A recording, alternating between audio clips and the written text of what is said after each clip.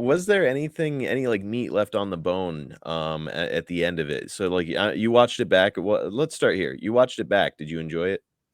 I did enjoy it, and the only thing that like jumped out in my mind, because they recreated so many really cool things and did such a great job.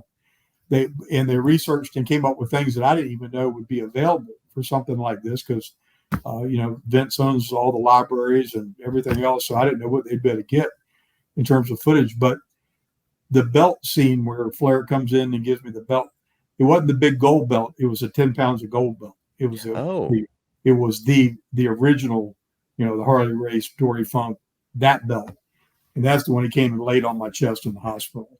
So they wow. had it depicted as the big gold, and I told them the 10 pounds of gold, thinking that acronym would identify it, but they didn't. They didn't know the inside twist of, oh no, the NWA belt was that that was the unicorn. That's what everybody wanted to achieve when being the world's heavyweight champion really meant that you had the backing of everybody in the alliance to let you represent the company as their champion.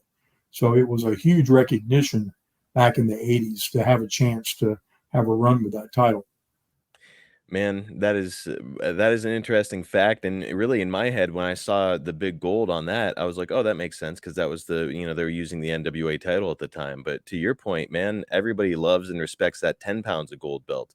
I've actually heard Hulk Hogan say that that's a regret of his, where he wishes he would have held that belt at some point. So, man, that tells you Yeah, just how respected it is. yeah, it puts you in a very respected lineage of people that there's just no way to measure that in today's time and standards. I mean, like I said, Dory Funk and Jack Briscoe and Dusty and Flair. I mean, it's just it was a classic piece of history, and it's what we really based our whole rivalry with the WWF back then, in that they were a federation and they didn't have the lineage that we had and the background we had all the way back to 1903 or '04, however far back we trace all that. And so it was a historical, monument almost to the business that we all loved and were so passionate about. And frankly, if you weren't aspiring to be the world champion, you really didn't belong in the business, because everybody should have wanted to have the greatest recognition that they possibly could. And back in the 80s, that was what it was. Absolutely. Now, I do have to ask, are you still in possession of that belt that Flair gave to you? I had it for many years, and one night, Rick's ex-wife Beth came over to my house while I was out of town, and obscured it from my home, Wow. and said that Rick he had kids of his own, and she wanted to be able to pass that along to read.